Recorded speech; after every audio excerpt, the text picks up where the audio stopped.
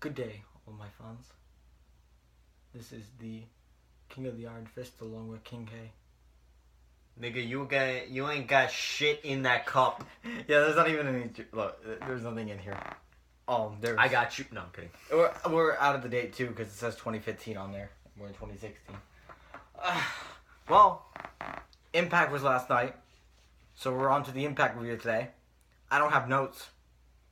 I think I remember the show well enough that I don't need notes. I don't have a shit to give. Exactly. Show opened up with Galloway and Lashley. Galloway and Lashley were making their entrances because they had the world title match later tonight. And, of course, when you have a world title match later tonight and Galloway's walking into the arena, Lashley just happens to be 10 feet away from him. So they start brawling again. And the gimmick is that they need to be separated at all times because they can't keep their hands off of each other. Gay? So they get to the ground, they start pounding each other, people come to break them up. And this is important because they have a world title match. Unique opening, I guess. Jeff Hardy came out and he said that... Sounds like a Raw opening. Well, I mean, it would have been a Raw opening if there was talking behind it. There wasn't talking, though, other than Josh Matthews on commentary. Which I actually did not know what direction they were going because Josh Matthews talked like this already happened. Oh, because it was earlier today. I'm stupid. Never mind. Forget what I just said. Jeff Hardy came out, and he wanted to call out the Willows because he said he was Willow, and there shouldn't be another Willow. So then a Shadow Willow came out, and this Willow was a bodysuit man with a Willow mask on. And they had this, like, high-pitched, like, techno sound effect going on with the microphone.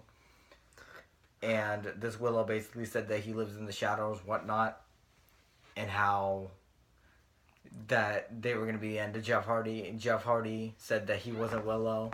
Asked him if he lives, if he dies, all that Willow nonsense. And then he starts beating the shit out of him. And it results in a match.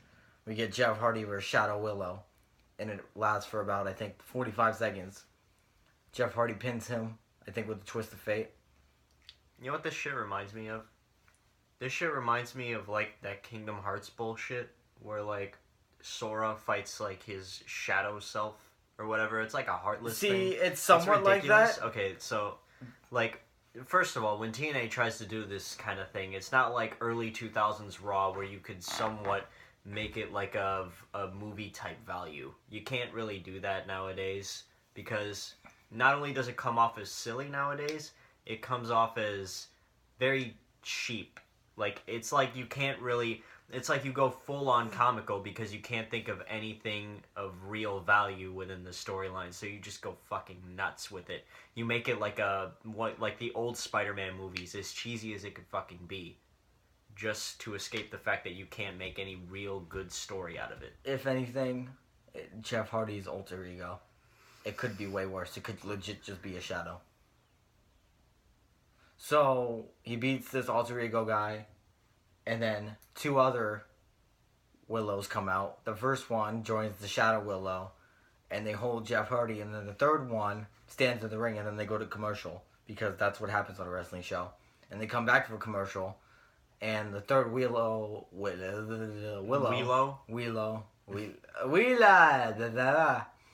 unmasks himself to be Matt Hardy. And Matt Hardy looks like he just came out of a cave. He's got this, like, Dora the Explorer haircut. He's got this dark eyeliner on his eyes. He looks like he just got beat the shit out of him in a bar fight. And he starts talking about how he's going to end Jeff Hardy's career and how he's going to lead to his destruction. All this dark shit about how Jeff Hardy will be destroyed and that Matt Hardy will not die. And all this other bullshit. I don't really care. I don't understand why they gave Matt Hardy a character change when he was fine as Big Money Matt. He was only Big Money Matt for like 5 months, and then they said, nope, fuck it. Let's give him this dark character now. I guess because the bullshit fans on the internet complained about there being too much Matt Hardy. I don't see any other reason. So the two other Willows beat down Jeff Hardy, and then Matt Hardy does this like choke thing, and whatever. I don't care. Matt Hardy choked at Jeff, and then Jeff got up perfectly okay. Whatever. Doesn't matter. No, it doesn't. Velvet Sky was backstage, and there was this girl. Her name is Allie, and it's Cherry Bomb. And Cherry Bomb is that girl on the indies that every TNA fan has been marking out about forever now. Even though all that she's done is of nothing of significance. I find it funny. Or to show me that she's worth anything. I find it funny because she's a great independent wrestler, I guess, in the indie scene. So what does TNA do? They give her a gimmick where she doesn't wrestle. Okay. She's Maria Kanellis' apprentice. That's her gimmick. And she's giving me Tiffany vibes. Oh, Tiffany. Because she's got this high-ass, squeaky-ass voice, and she just doesn't, like, give a shit. Like, she walked by Velvet Sky, and she was like, "Oh, you Velvet Sky!" Thank you for reminding me that Tiffany existed. And so all this bullshit happened, and then all of a sudden, in the middle of her talking to Velvet, she gets a phone call from Maria. Coincidence? I think not. So she gets a phone call from Maria, and the whole storyline is that Velvet Sky is going to have a match with Sienna, and if she loses, she's going to be fired. Which translates into the next match where we had Velvet Sky versus Sienna. It was okay for what it was. It wasn't like a 5-star, 4-star, 3-star classic. It was like a half-star, if anything. It was fine. Whatever. If anything, Sienna came out looking strong, which you should be doing because she is the new knockout. Velvet Sky lost, which means she's leaving. I find it funny because instead of like... I heard that the Impact Zone chanted "Thank you, Velvet," but instead of showing this on TV, they just cut to the back to another promo. Like, no fucks about Velvet leaving. I mean, Whatever. you could at least make it seem like Velvet is appreciated, but well, no, you the can't thing do is, that. I don't think Velvet was appreciated because all the time she was in TNA, she was just tweeting about how much she wanted to be in WWE. So I think this was them just saying, get the fuck out of our company. Even though they kind of need as many women as possible. Oh, because yeah, so of far, course. the Knockouts division is the worst I've ever seen. Oh, yeah, of course. And all these It's at the people... worst state. All these people saying that the division's reviving now that they have Sienna, Cherry Bomb, as known as Allie, and Maria Kanellis can kill themselves. If it is. Because two of them don't even wrestle. First of all, if it is, then it's a slow, sufferable change. I don't... Velvet Sky was the face of the Knockouts division. I don't care what you say about her wrestling skill. I don't care what you say about her character. I don't care what she did. She was the face of the division. When you think about Knockouts division, you think of Velvet Sky. You think of the beautiful only people. name that I can really think of. That's You don't TNA think of Gail born. Kim. You don't think of Madison Rayne. You don't think of Jade. You don't think of Marty Bell. You think of Velvet Sky. And now she's gone. So the top knockout now is Gail Kim, which is great. I hope Because, like, dogs eat her alive. TNA doesn't have any knockout. That knockout was Velvet Sky, but as of now, TNA has absolutely no impact bred, like impact, not bred, impact Let's say born. bread. You mean bread? Impact born, career wise, knockout. You know what I mean? Especially that can 'cause- represent the knockouts division. Especially because Awesome Kong got fired after pushing Rebby backstage. And now, what do we have? We have Gail Kim. Gail Kim is the top knockout. They're trying to build J-Dub as the top we have knockout. the past WWE diva. But as I've said that before... came at, we have the Kurt Yeah, Angle no. of the knockouts division. No, as the no, head no, right no. now. She's the John Cena of the knockouts division. No, I'm saying Kurt Angle because she came from WWE Oh, well, to become yeah. top Of dog course. of the knockouts division. That's true too. Yeah.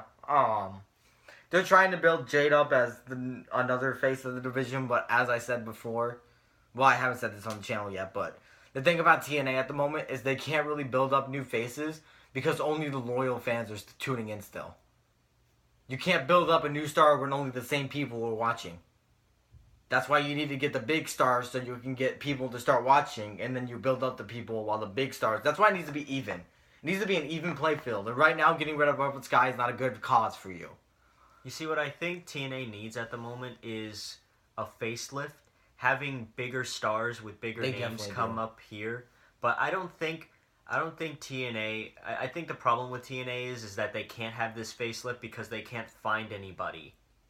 I think that's the issue. Damien Sandow is not going to do anything for TNA. No. Alex Riley isn't going to do anything for TNA. You saying that, like, all these people who got released from WWE being like, they could go to TNA and that's where they get their facelift. No, I guarantee you that these people, maybe one or two of them, but I don't think any of these people have any interest in going to Impact after they just got let go from WWE. They'll be good in TNA. I'm sure they'll be used to their potential in TNA. Definitely. But the fact is that the same people are still going to watch. You're not going to draw any new viewers by bringing them in, and that's the problem. That's why you need a big name. Like, they need, like, Goldberg on their TV screen. Because if they had Goldberg, people would tune in. Even though Goldberg's not even coming back to wrestling in general. Exactly, but that's what I'm saying. I'm saying if they had a big name. Like if Brock Lesnar came to TNA. People would tune in. That would be some shit. Yeah, it would be a turnaround for them. Having Damien Sandow and Alex Riley employed isn't going to help them in one way or another. So... You can't have Jeff Jarrett coming back every 5 seconds. Yeah, Velvet Sky got fired. It's not going to work. And then they did, I think, Mike Bennett's promo. Mike Bennett came out for a promo. And they did a scene before this where him and Maria were at the beach. Because why not? Why? Not even a beach. Like their own private pool. Because they're somewhat rich, I guess? I don't know. No one knows, no one cares. All we know is that they're not rich. They were just given this spot to look like they're at least wealthy. They showed off Maria's ass because TNA. And then... Of course, you gotta have ass shots. Like, I think TNA is, to a certain extent, a little more loose than WWE. Oh, of course they are. Especially when it comes to Maria. Jesus Christ. Mike Bennett said that EC3 is going through the road to redemption at the pool, and then it went to the promo, and he said the same exact thing. And then he went on about how he pinned the Unbeatable, and how he needed to pin a TNA Hall of Famer to prove that he was the new best. So he calls out Earl Hebner. And... Earl Hebner slowly walks down to this ring, and Mike Bennett says that Earl Hebner is the only TNA Hall of Famer left, so he has to wrestle him. Oh my God, this made me flip shit, and not for a good, in a good way. Terrible. Because it is literally, this is worse than a WWE thing. Like honestly, this is a TNA thing where it's a special kind of bad where you have to label it a TNA thing. Like the TNA logo is plastered all over this kind of bad shit. Okay, so first of all, if Al Snow wasn't good enough for you, now we got Earl Hebner. He wasn't a competitor of any sort. He was just one of the greater referees of all time. He's still a referee, though. Like, you're not going to prove anything by beating the shit out of an old man, let alone an old man that was only a part of the company for counting 1, 2, 3 on the fucking mat. See? What are you going to prove with that? Not only that, but Earl Hebner? Earl! The sad thing is that's the gimmick. The gimmick is that he wants to pin a TNA Hall of Famer. And Earl Hebner was the only employed TNA Hall of Famer left. I mean, to be fair, who the fuck wants to be a part of Impact nowadays? So, Earl Hebner came out, and Mike Bennett urged him to fight him. Earl Hebner said no because he's a referee. Mike Bennett started provoking him. Earl Hebner eventually started to give in, and he started to fight Mike Bennett, pushed him back. Mike Bennett laid him out. Brian Stifler calls for the belt because, as Mike Bennett claimed, he didn't want Earl's son refereeing the match. So Brian Stifler calls for the bell. They do this match. Mike Bennett slowly goes to pin Earl Hebner 1-2, and then Earl Hebner kicks out. And what may have been the greatest moment in TNA history. Earl Hebner kicked out, and the whole place went insane. It was great. I went insane. It was beautiful. Are you fucking kidding me? And what made it better is that Mike Bennett looked up and he was like, "What the fuck? Are you kidding me?" It was the greatest. So then Earl Hebner highlight of the entire night starts to fight back. And, Maria tries getting involved, so Earl Hebner goes up to Maria and is like, "You know who I am?" And he rips off his referee shirt, and his fat guts are hanging out. And then Mike Bennett finally kicks him in the face and pins him. This is going to go down as a great moment. It was beautiful. I never thought in a million years Earl Hebner would have kicked out of that fucking move. So, Mike Bennett continues to beat the shit out of Earl Hebner, and then EC3 finally runs out 5 minutes later. Took him long enough. comes out, makes the save. Mike Bennett says that EC3's on the road to redemption for like the 5th time, and he says that tonight. Stop. You're catching the case of Roman Reigns. He says tonight that he's going to face someone in the last man standing match, and that someone is Tyrus, who attacks EC3 from behind. And this makes sense because when EC3 lost the championship to Matt Hardy, it was in a last man standing match when Tyrus turned on EC3. So I love how they're putting together like these ghosts of EC3's past, like Rockstar Spud in the Steel Cage match because of Lockdown, and now Tyrus because he turned on EC3 when he joined Matt Hardy in the last man standing match. So, good storylines. They did EC3 and Tyrus in the last man standing. I think this may have been the second best match on the show. It was pretty entertaining. The fans were into it. I was surprised how much the fans were into this match. Well, I mean, like, they're dedicated. They really were. They were really into EC. No, because usually, like the X Division match, they weren't that really into, but they were really going like crazy for this match. They were really cheering on EC3, and I was surprised to see that. Well, I mean, EC3, I think, is the only real guy of value. Oh yeah, here. EC3 is over. EC3 and Mike Bennett are really the only 2 men in this company that I have faith in when it comes to wrestling in general. Jeff Hardy too. Jeff Hardy is also over. Definitely Jeff Hardy. I can't forget Jeff. And Galloway, I don't think is somewhere over. To a certain extent. He's somewhat over, but he's not like mainly over. Galloway to a certain extent because at least that man can wrestle. Mm-hmm. He's a good wrestler. He can still go like he was when he was in the Chosen One days as McIntyre. So they did this last man standing match. I remember EC3 powerbombed Tyrus through the table off the second rope. That was the spot. It was a little sloppy, but they got it through. Whatever. Tyrus' size. What are you gonna do about it? It was a spot. It was good for a spot. They delivered. Then Tyrus tried using the barricade against EC3. EC3 countered it, I'm pretty sure. Laid out Tyrus, pinned the steel steps on top of him, and then stepped onto the steel steps for the 10 count. I don't know what putting your leg on the steel steps does to keep Tyrus down, but whatever. So I guess it was to do like that kind of show of dominance. Just it was. I guess it was to show that EC3 was doing everything to keep Tyrus down. Because Tyrus was having the gimmick of he wasn't going to stay down. At the very least, it had that like that big feel to it. Mm-hmm. It had like that big feel to it. Like I can't like I'm gonna be lucky if I'm able to get Tyrus down. Especially so I better do everything I can. It looked that way too. It looked that way because you wouldn't think that EC3 could put a big man like Tyrus down for a 10 count. Yeah, because that's the thing about it. Like that's why I have that's why I'm a little bit iffy whenever anyone has like a stipulation like last man standing or anything like that. That's why I'm a little bit iffy on it because some people just can't make it believable at all. EC3 at the very least made it seem like shit. Tyrus is a big guy even for me. Right. I got to do everything I can, and he made it look like he was struggling to hell to try to get Tyrus down. So at the very least, credit to EC3. He tried his best to make it look amazing when EC3 picked up Tyrus like on his shoulders. That was definitely great power by EC3. That man is stronger than you would be led to believe. So, what they put over, I like that they put this over too. Mike Bennett came out this time, and instead of last week when he was like smiling and clapping at EC3 when he beat Spud, this time he had a face of concern. Like he was like, I didn't expect Tyrus to lose to EC3. So you can see that Mike Bennett's starting to worry that he is going to have to face EC3 again. Came back, X Division action. It was Trevor Lee and Andrew Everett versus Eddie Edwards and DJZ. Okay, you talk about this because I have nothing on this. It was, for an X Division match, it was a good 5 minutes of action. I like how they tried to put as much into it as possible in those 5 minutes because that's what the X Division is kind of supposed to be. My problem is that they haven't been on TV in a couple weeks, which is not completely their fault because they're alternating storylines. But it's like you can involve the X Division in a promo from every now and then. So, I don't know. I mean, it seems like they have nothing else on their plate anyway. And now, all of a sudden, we're going to have an Ultimate X match next week.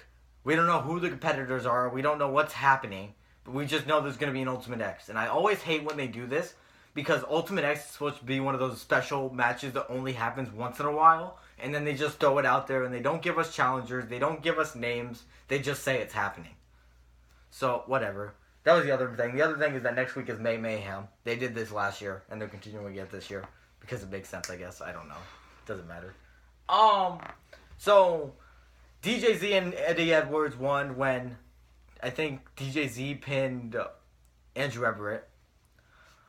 I will say, I think they need to be booking Trevor Lee as a stronger champion. He doesn't look that strong of a champion at the moment. You want to know my opinion on the? Well, it's just my opinion on one man. Yeah. It's DJZ. DJZ is Wrestling-wise, he's fine. wrestling. Okay, I don't have a problem with DJZ. Actually, it's the fact that I think that DJZ is underrated. Oh, yeah, of course. If If you actually go to the Impact Zone, he's actually very over there. I don't know why he's very over there, but, like, the fans really do like him. And he's a really good talent. It's just that they're not used to his full potential. I feel like he's Zack Ryder in the sense where he's a good worker. He's always there. He's always there when you need him. I mean, come on, man. He's definitely a recognizable name when it comes to TNA. I think like what it DJZ, he's definitely that X Division guy that could represent the X Division. I think. At least when a lot of people who are like labeled a part of the X Division is gone, and like DJZ might be the only one left. He could definitely be that guy who could represent the X Division in TNA entirely. And I just feel like that guy is not only underutilized but very underrated. I think what it is, I think he was better as a heel. Probably. Yeah. I think that's why they kind of stopped. He was definitely an annoying asshole when he started, but he was definitely great in ring, and I think that's what made me when he won the X Division Championship at Destination X after Austin Aries gave it up to win the world title. All right. That's when his career really started picking up. Mm-hmm. Before that, it was okay. He had the whole gimmick behind him about how he broke Sorensen's neck, and I guess that was a good start. Before that, he was just a complete like vanilla X Division guy, but he really started to pick up. I guess it's because like I think my only problem with DJZ is he seems like he's one of those people that like he seems like one of those guys that needs something to like kick him off.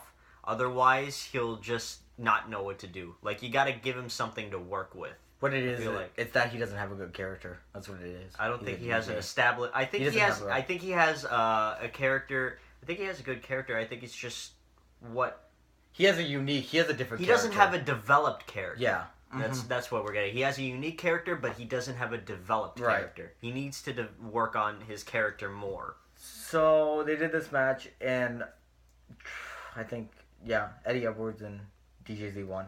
Moving on. They did the promo for next week's show. All the stuff involved. I don't remember the stuff involved. The Ultimate X match, that was one of them. Oh, backstage. That's right. Mike Bennett was with EC3. And Mike Bennett said that next week, if EC3 wants to face him at Slammiversary, then he would have to defeat Matt Hardy, the guy who beat him for the world title. And the gimmick behind this one is that Matt Hardy's a more crazed and darker character now. And he doesn't believe that EC3 is going to be able to beat him. So, whatever. Next week, Matt Hardy, EC3. I think that's the main event. Maybe it's not. I'm sure Jeff Hardy will help EC3 win. And then Jeff Hardy was also backstage. And he said that he was going to settle the feud with his brother at Slammiversary. So nice to know that 4 weeks before the pay-per-view, we're getting actual build-up. Good job by TNA on this one. Because usually they take forever for build-up. But finally, they're actually giving build to a pay-per-view, so good for them.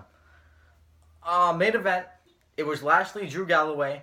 It was a lumberjack match because earlier on in the night, Dixie said that since they couldn't keep themselves contained, she was going to have men out there to do the job for them. And I like how the lumberjacks, because usually lumberjacks, they just throw the jobbers out there. I like how this lumberjack match, they legit had the guys out there. Like, there was EC3 out there, Jeff Hardy out there. It made you think that the world title actually means something. Yeah, really, because whenever there's a lumberjack match going on, all they have is just extras and jobbers. Like, whenever you see a WWE lumberjack match, all you see is mid-low card people. Mm-hmm. You don't really see people that make...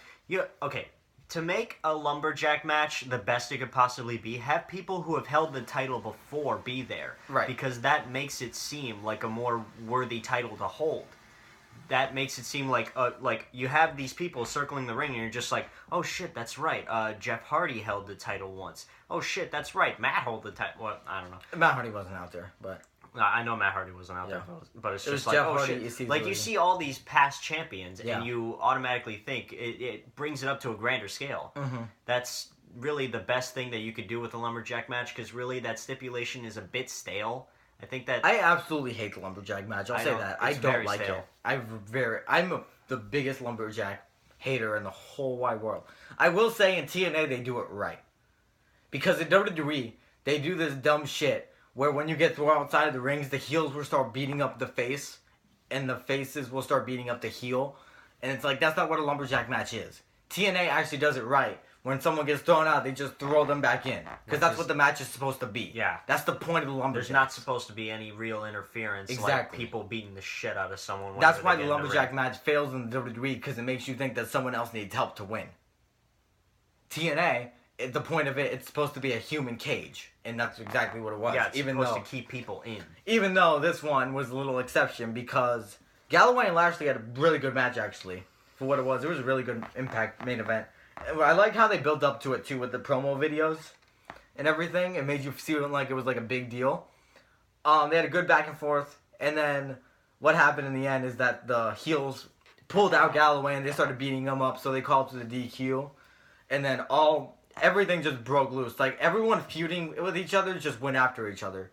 You had EC3 going after Bennett. You had Matt Hardy coming out to go after Jeff Hardy. The X Division guys were going after everything. People Just went in shambles. People did high flippy do shit.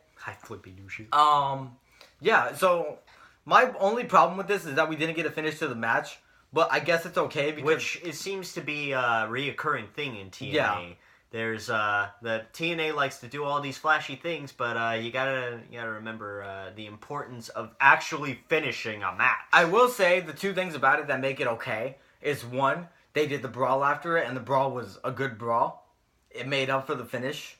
It made you think that, and it wasn't like one of those brawls where everyone's just fighting for no reason. It was people who were legit like feuding with each other, going after each other, and it made sense. And then the other thing that makes it okay is I'm pretty sure these two are going to be main eventing Slammiversary anyway. So it would have made no sense to have a finish here.